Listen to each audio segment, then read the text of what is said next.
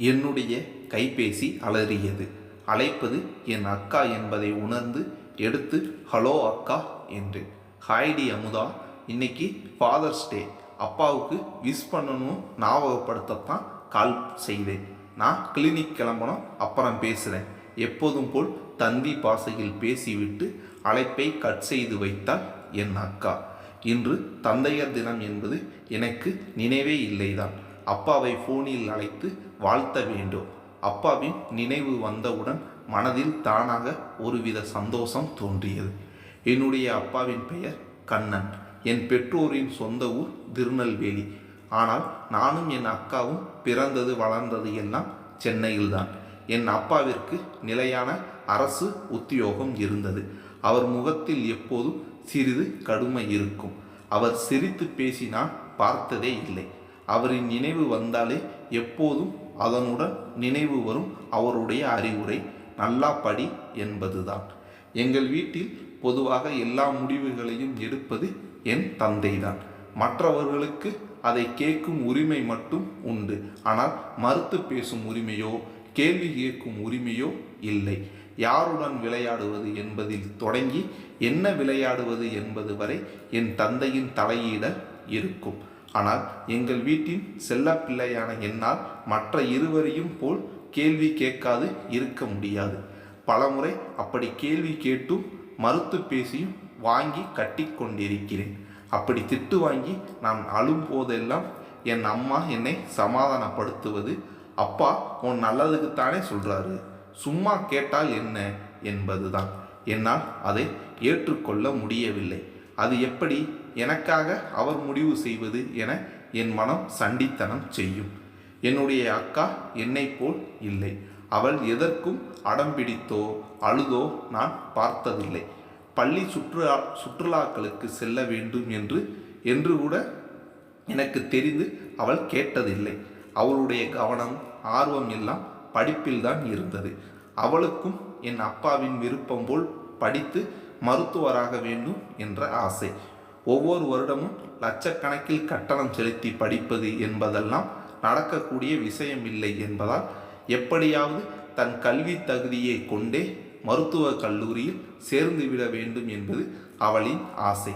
அதுதான் என் அப்பாவின் கனவும் கூட. ஆனால் நான் அவளுக்கு நேர் எதிர். 5வது படிக்கும் போது தீபாவளிக்கு 600 ரூபாய்க்கு கடையில் வைத்திருந்த உடைதான் வேண்டும் என்று நான் அழுது ஆர்ப்பாட்டம் செய்தது இன்னமும் நினைவிருக்கிறது.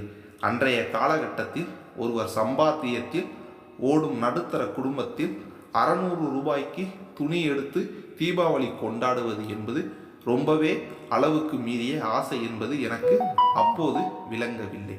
அவ்வளவு ஏன், திடீரென மாத இறுதி நேரத்தில் பள்ளியில் ஏற்பாடு செய்திருக்கும் சுற்றுலாவிற்கு சென்றே தீர்வேன் என்று நான் அடம்பிடித்து அழும்போது என் அப்பாவின் முகத்தில் தோன்றும் அந்த திகைப்பை புரிந்து கொள்ளும் அறிவும் எனக்கு இருந்ததில்லை.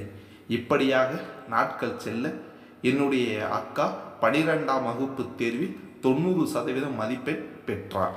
நுழைவுத் தேர்வு முடிவுகளும் வந்து மருத்துவ படிப்புக்கான கட் ஆஃப் பட்டியல் வெளியானது.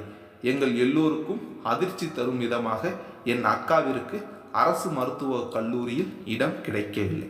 காத்திருப்போர் பட்டியலில் 2வதாக இருந்த அவளுக்கு 2 மதிப்பெண் வித்தியாசத்தில் இடம் கிடைக்கவில்லை. மனதிற்கு வருத்தமாகவே இருந்தது. 10ஆம் வகுப்பு தேர்வு எழுதி முடிவுகளுக்காக காத்திருந்த நான் அன்று அதிகாலையில் ஏதோ பேச்சு சத்தம் கேட்டு கண் விழித்தேன். என் அப்பா தான் என் அக்காவிடம் பேசிக்கொண்டிருந்தார்.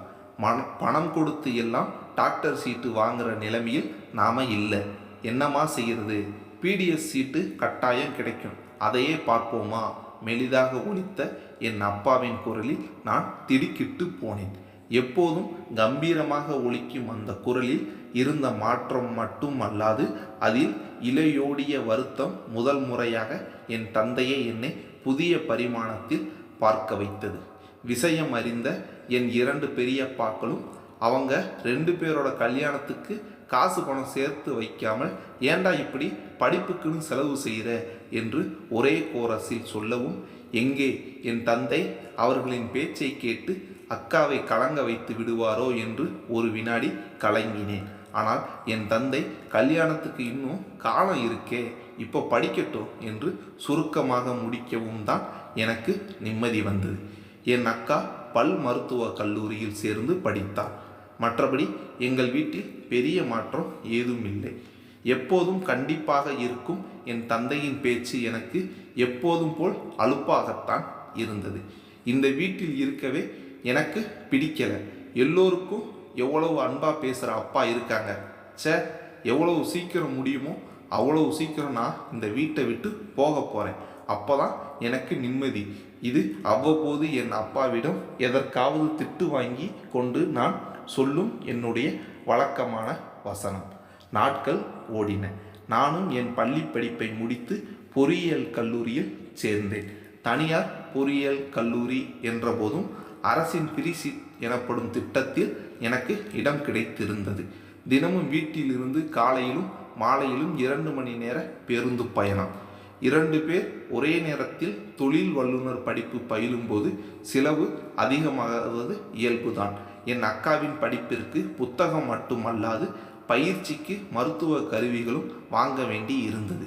என்னுடைய புத்தகத்தின் விலையும் யானை விலைதான். ஆனால் என் தந்தை மனம் கலங்கவில்லை. எப்படியோ பாடுபட்டு பணம் புரட்டி எங்களுக்கு வேண்டிய பொருட்கள் உரிய நேரத்தில் கிடைக்குமாறு பார்த்து கொண்டார். இந்த நேரத்தில் என் தந்தையை பார்த்து பலமுறை பிரமித்திருக்கிறேன். அவர் சற்று கடுமையும் கண்டிப்புமாக நடந்து கொண்டாலும் கூட நாங்கள் கேட்டு எதையும் இல்லை என்றே சொன்னதில்லை. சிறு வயதில் நான் கேட்ட 600 ரூபாய் உடையும் சேர்த்துதான். எனக்கு தெரிந்து எந்த ஒரு பண்டிகைக்கும் எங்கள் மூவருக்கும் ஆடைகள் வாங்குவாரே தவிர அவருக்கென்று அவர் எதுவும் வாங்கியதாக கூட எனக்கு நினைவு இல்லை. அவரின் கண்டிப்பை மட்டும் பார்த்த நான் அவர் எங்களுக்காக செய்திருக்கும் எத்தனையோ விஷயங்களை அதுவரை கவனிக்கவில்லை என்பது புரிந்தது.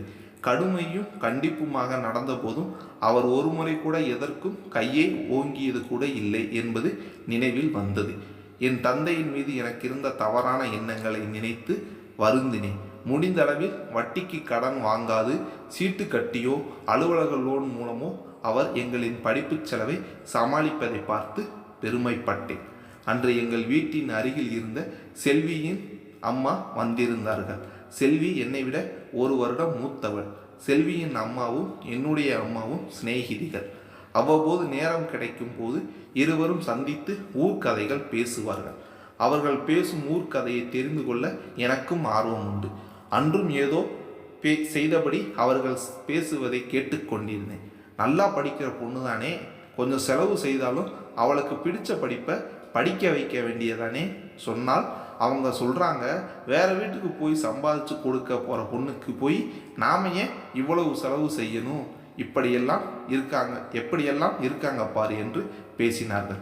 நான் கேட்ட விஷயம் என்னை திகைக்க வைத்தது. அவர்கள் பேசும் குடும்பத்தை எனக்கும் தெரியும். எங்களை விட வசதி படைத்தவர்கள்தான். இப்படியும் கூட பெற்றோர்கள் இன்னமும் இருக்கிறார்களா என்ன? என்னுடைய பெற்றோர்கள் எல்லோருக்கும் இல்லையே என்று வருத்தப்பட்டேன். எனக்கு நல்ல பெற்றோரை கொடுத்த ஆண்டவனுக்கு நன்றி சொல்லி கொண்டேன். என் தந்தை எப்போதும் சொல்வது போல் பாடத்தின் மீது கவனம் செலுத்த ஆரம்பித்தேன். கல்லூரி படிப்பு முடித்த போது என் துறையில் முதல் மதிப்பெண் பெற்றதற்காக எனக்கு தங்க பதக்கம் வழங்கினார்கள். அது புகைப்படமாக நாளிதழ்களிலும் வந்தது. என் தந்தையின் முகத்தில் இருந்த பெருமிதம் கலந்த மகிழ்ச்சியை கண்டு நான் உள்ளம் மகிழ்ந்தேன்.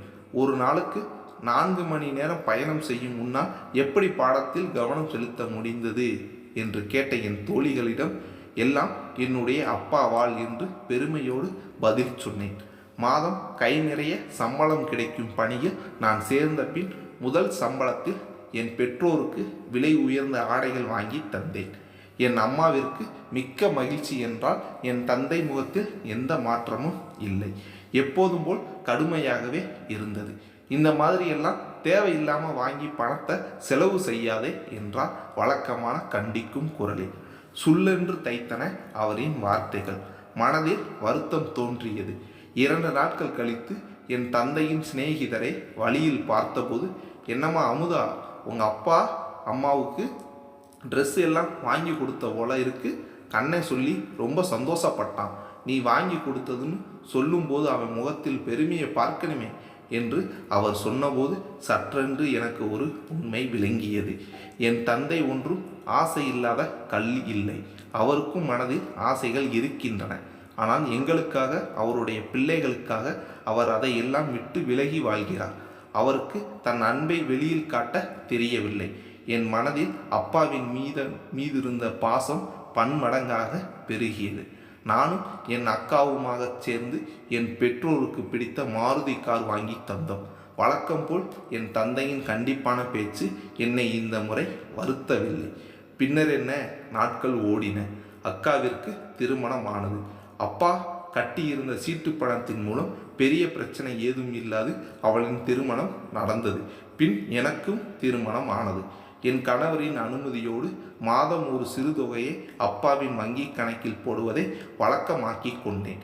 கையில் கொடுத்தால் அவர் வாங்க மாட்டார் என்பது எனக்கு தெரியும். என் மகளின் முதல் பிறந்த நாள் விழாவின் போது அப்பா என் கையில் ஒரு அட்டையை வைத்தார். என்ன என்று வியப்புடன் பார்த்த என்னிடம், நீ ஒவ்வொரு மாதமும் போடுற பணத்தில் உன் மகள் பேரில் போஸ்ட் ஆஃபீஸில் ரெக்கரிங் டெபாசிட் ஒன்று கட்டிக்கிட்டு இருக்கேன். இந்த கார்டு உங்ககிட்ட இருக்கட்டும் என்றார். பிரமித்து போனேன். இவரால் எப்படி எப்போதும் பிள்ளைகளுக்காகவே வாழ முடிகிறது என்று. அவர் எங்களுடன் என் அம்மாவை போல் சிரித்து பேசாது இருக்கலாம், ஒரு நண்பனா பழகாமல் இருக்கலாம். ஆனால் ஒரு பேச்சுக்கு கூட பெண் என்றோ மகள்தானே என்றோ பாகுபாடு சிறிதும் பாராது வியர்வை சிந்த உழைத்து எங்கள் இருவரையும் சொந்த காலில் நிற்க வைக்கும் கல்வி தந்து ஒரு நல்ல வாழ்வும் அமைத்து தந்து இப்படி எங்களுக்கு எல்லாம் செய்த அவருக்கு நாங்கள் இருவரும் என்ன கைமாறு செய்ய முடியும்? இந்த ஜென்மத்தில் செய்யக்கூடியது எதுவும் இல்லை. மனதில் சொல்லிக்கொண்டேன், my daddy is the best. மனதை அழுத்திய சிந்தனையில் இருந்து விடுபட்டு கையில் இருந்த கைபேசியை எடுத்து தட்டினேன். என் அப்பாவை அழைத்து தந்தையர் தினம் வாழ்த்து தெரிவிக்கிறேன்.